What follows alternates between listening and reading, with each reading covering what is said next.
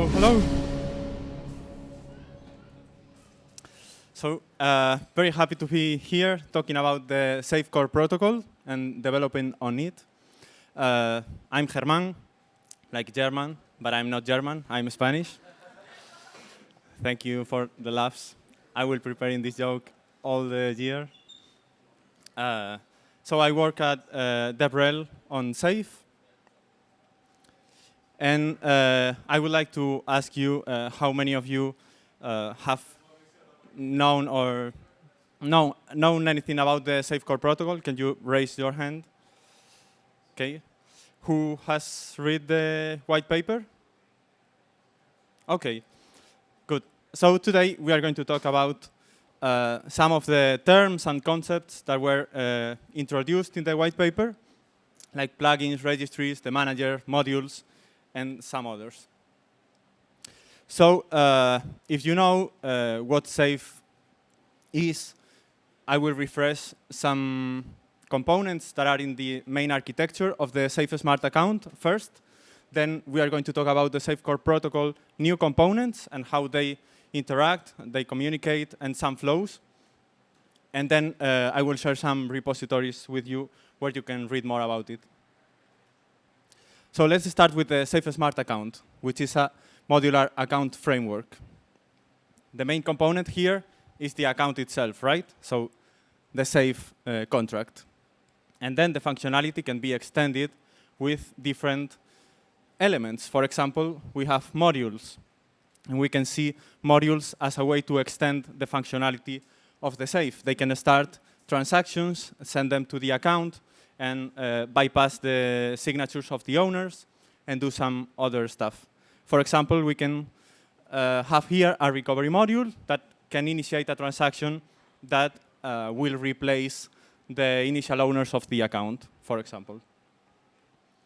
We can have a transaction guard. Transaction guard will enable to run extra logic when transactions are executed before and after to parse the transaction data and properties and act on it depending on that. For example, an allow list guard that has a list of destinations that are allowed. Then every time you execute a transaction, it will check what is the destination and allow you to execute it or not. And the third element we have is the fallback handler that can handle all the calls that are sent to the account, but the functions are not implemented there, so they can be implemented in the fallback handler. And this is very useful to implement new standards that are coming out or to have some compatibility with our different versions of the account. So we need to enable all of these directly into the Safe with the Safe Smart account, one by one. What is the Safe Core protocol now? Well, I hope we all agree that modular smart accounts fail without three things: interoperability, discovery, and security. With operability, we know that there are some risk of vendor lock-in. Also, the ecosystem can be fragmented if different tools are built for different vendors and they are not compatible, and also work can be duplicated there. For discovery, there are currently no central places where we can find all these components like modules that can add extra functionality to the accounts. And also, this creates a lack of distribution to this, for this component. And then the security, we need to make sure that the smart accounts are not compromised and they are secure for users. Also, some things about the Safe protocol. Right now, it's in the version 0.1, very early stage. It's in alpha. This means that it's ready for hacking, but not for production use yet. Expect changes and things to be broken for now. And also, something else is that while the account, this protocol is meant to be account agnostic, for now we are just focusing, or primarily, on the Safe version 1.x, just to speed up the development. Also, it's open source. and we are seeking for community feedback. So right now is the perfect time where you can contribute the most to it if you are interested, sharing some ideas and playing around with it. So let's see how it looks like. This is what we saw before, where the different components are enabled directly into every individual safe. And right now, the protocol, instead of doing this, accounts will be able to enable a manager. This manager will be a contract that will act as a coordinator of all these different components that will be enabled into safe, and it will have also access to some registries where these components can be listed. Let's check them. We have an implementation that you can check for the Safe Protocol Manager. This manager is associated with a registry. Many registries can coexist. They also can have different type of owners. For example, just a regular account, maybe a multi-sig where a council is deciding what elements to add to this registry. Maybe, or ideally, a DAO that is deciding which ones to add. We have an implementation for the Safe Protocol Registry. And then we have all the modules. Modules can have different types, and this can also increase in the future. For example, plugins. And now you will see that there's a lot of similarities between these new modules that are implemented in the protocol and the previous we had. So for example, for plugins, we can have a recovery plugin. This one is very similar to the recovery module we saw before. What is the difference? That this one is, in order to be used, must be added to a registry and enabled into an account via the manager, while the other one is enabled directly into the safe. Same happened for hooks. Hooks is, there are new components very similar to transaction guards. We can have an allow list hook that will work. The functionality will be the same as the allow list guard. The difference is that the hook must be added to a registry and then enabled in an account via the manager. Same happen with function handlers, and then we have signature validators, and maybe in the future we will have more type of modules. So this is the overview of how the Safecore protocol looks like. And now we are going to see some flows, mostly focused on plugins, like how to add a plugin to a registry, how to enable a plugin in an account, and then to see how the execution flow initiated by a plugin looks like. So let's start with adding a plugin to a registry. Here we have the main components, the safe, the manager, the registry, and a plugin. If you are plugin developers, then this will be probably the most bureaucratic step you will need to pass, because the registry, only the owner of the registry can add a module that you have implemented. So you need to meet all the requirements for security and whatever they share. So that's it. Easy as a developer of a plugin. Then, as a user of an account, how do we enable a plugin? Well, only the account can decide that. So there's a transaction that needs to be sent to the safe, and this transaction will call the manager and will tell the manager, I want to enable this plugin. We will need to specify what plugin we want to enable, and also pass a Boolean variable that is called allow root access. What is root access? It basically adds, it's like when you are typing in the command line and you write sudo before the command. So you give extra privilege to that command.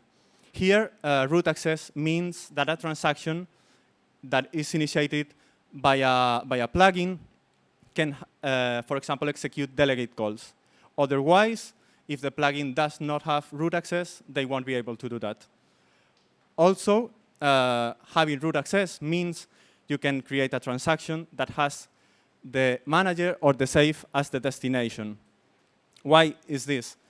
Because if you have the manager as the destination, you can execute a transaction that enables a new plugin or that disables a new plugin, and this is very critical. So we only are allowing these kind of transactions to plugins that have root access. Same happens with the safe. If the plugin wants to add a new owner or to remove an existing one. So once we tell the manager, I want to add this plugin with this kind of permissions, the manager will check that plugin in the registry. The manager will make sure that the plugin is added to the registry, otherwise there's no way you can enable it, and also check if the plugin is not flagged. And by flagged, we mean that is not blocked, because the owners of the registry will be able to block a plugin to make it not usable if there's a vulnerability found, for example. And this is a very good benefit of the Safe Core protocol. Without the Safe Core protocol, all the different accounts would need to enable the plugins individually. And then if a vulnerability is found, all of the owners of all the accounts would need to disable the module, right? Here, we can have the owner of the registry block this once this vulnerability is notified, so all the accounts will be safe. Once the manager has checked that the module is added to the registry and usable, it will ask the plugin, do you need root access or not? And once the response yes or no is returned to the manager, then the manager will add in the data storage, okay, we have this plugin enabled for this account with this permission. Now, how does a transaction look like? Still the same components, but now the flow is starting from the plugin. Somebody can call a method, for example, exec, to the plugin, then the plugin will tell the manager, well, two things will happen here, but basically we'll tell the manager, I want to execute this transaction, calling this safe. Depending on the rights this plugin has, the plugin can call the execute root access function in the manager or the execute transaction. The first one if the plugin has root access, the other if it doesn't. Also, this transaction is not just a pure transaction, but there's some metadata that will add some context to the plugin and also to the transactions. So if some events are emitted in the manager for each transaction, then applications will be able to retrieve some information from the plugin in an easier way. Once the manager receives the safe and the transaction, it will make sure that the plugin is enabled in the safe we are saying we want to execute a transaction. It will also call the registry to check if the plugin is listed and is usable, is not flagged. And then it will ask the plugin, do you require root access? To make sure that the function that was called makes sense and that it matches the information that is stored in the manager where we had this safe has enabled this manager with this kind of permission.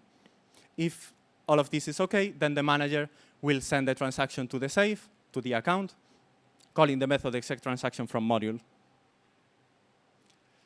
These components, we have some implementations for them. So probably there will be, well, there is the safe protocol manager, the safe protocol registry, and the safe. But all of them have an interface. So if you want to implement your own, you need to just follow the interface, and that's it. So I will share the interface for the plugin and for the manager. That will be the most useful ones for you if you are implementing a plugin. So for the plugins, the interface requires to implement some functions like the name of the plugin, the version, metadata provider, to see where you can find the structure of this metadata.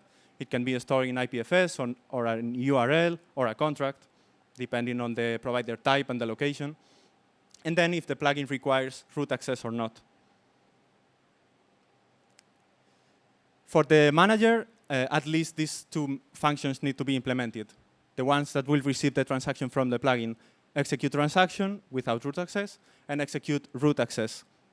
There's a difference here, and it's that the root access function will only allow to execute one transaction at a time to make things clearer, and the execute transaction will allow to pass like a batch of transactions to execute all of them at a time.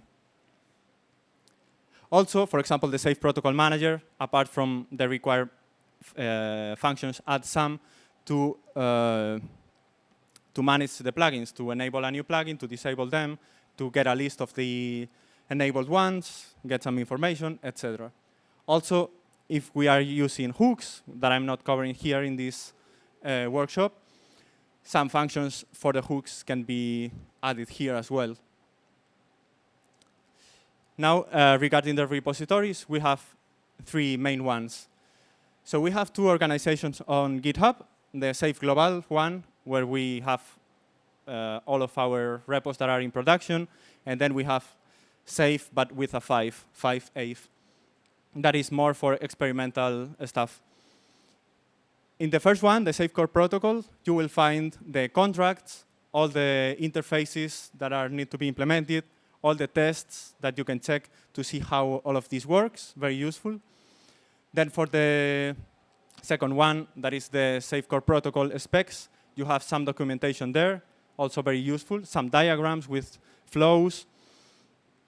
And the third one is the Safe Core Protocol demo, where you can find two folders, one for contracts, where there are some examples for plugins, like a relay plugin, a recovery plugin, and some others. And then there is a front end where you can see a registry and some modules there, and you can manage all the modules added to it.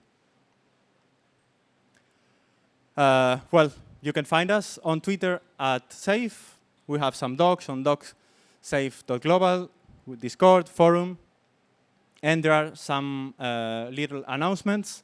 The first one is that we have the developer lounge outside on the river. We will be there all the day, so feel free to come by and talk to us about anything. Specifically, from 2 to 3 p.m., we will have a Meet the Devs session, as Lucas said, where some of us will be there, and you can ask more technical questions to the right people. Also, if you are interested in POAPs, we have one during this Berlin Blockchain Week. That is a protocol tester at Berlin Blockchain Week 2023. But there are some requirements. The first one is that we have a survey where we can collect some feedback on the protocol if you have some ideas or pain points, whatever.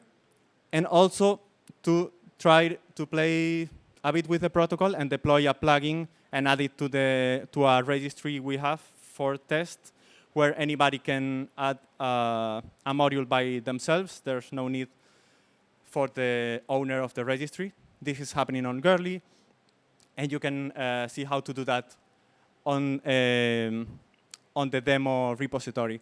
Here is the QR code for the feedback form. You will need also to add the Etherscan transaction, where you are adding your plugin to the registry. You can find these slides here in bit.ly Safe Protocol Workshop if you want to check them later.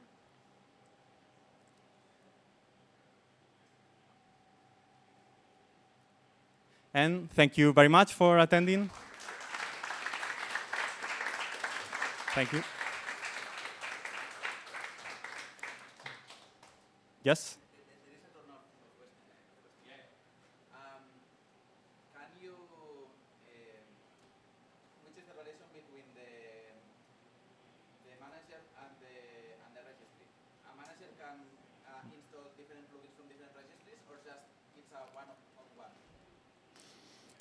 We have our implementation of the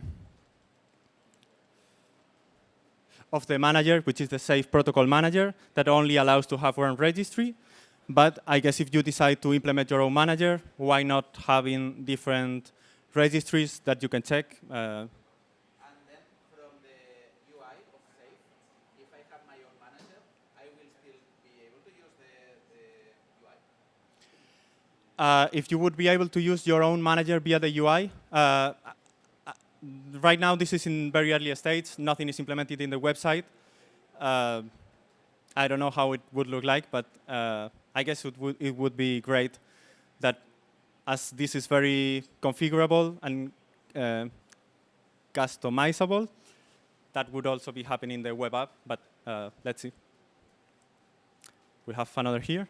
Yeah, so the registries, you said you were mentioning about the owners of the contract, and they can kind of disable a module if there's a vulnerability or some sort of risk that's found. Sure. Okay, yeah. So the registries, you said they were the owner of that contract. You said that if there was a vulnerability or a risk that was kind of detected, they will be able to disable a module. Who would you say is generally the owner of the registry contract? That really depends. It can be like you have your own registry for your own things, which is a bit weird, but why not? Maybe a DAO, the Safe DAO, for example, that has let's say an official registry of all the different kind of modules, and we, or the Safe Foundation or the DAO, will make sure that all of them are properly audited. They have meet some criteria regarding security. So everybody can own their own registry, but probably we will see different registries in different contexts owned by different people. Got it, thanks. We have another question there. Yeah, you showed the interface functionality, and there was something. Oh. Okay. Boop, boop. Okay. In the interface contract that you showed, there was this location data that was bytes. Yes. I was just wondering if you could give an example of what those bytes might be. Like, are these off-chain URLs or a contract address or? Yeah. So where this, the structure of the metadata can be found, depending on the provider type, it can be a contract, IPFS, or a URL. And then the location would vary, like the address of the contract, or, well, it depends on the provider type. Got it. Thanks. We have another there. Thank you. You mentioned before that there is some bureaucratic process for plugins. I'm wondering, could you maybe elaborate a bit more on what exactly needs to happen and what exactly are the requirements to get the plugin approved? Technically, adding a plugin to a registry is as simple as having the owner of the registry to call the method add module, passing the module address to the registry, and that should be it. However, how things will work is that once you implement your plugin, you deploy it, and then you go to the registry owner and ask him or ask they to add it to their registry. Then they will have some requirements. I don't know which ones, but probably the plugin will need to be audited, or maybe they can audit it for you. I don't know. It's up to the owner. Do we have any more questions? Two more here. What's the timeline for production? I'm not sure. Probably you can come to the Meet the Devs session at 2 and then ask the protocol team. Thanks. And we have another there. Never ask about the release date. I wanted to ask, what's your plan in terms of UI integration? Will you support that at all? Will that be on the dev side? Or will it be done maybe at some point with the collaboration with the dev team from Safe? Sorry, could you repeat the last thing? If the UI will be implemented internally or externally? Exactly, yeah. In the last hackathons we attended, we already saw some teams creating interfaces for registries and being able to add plugins to them, and also implement in some way some flows. So probably the community will want to work on that, and we also probably will want to support that in our interfaces as well. Okay, so I guess that's it. Thank you very much.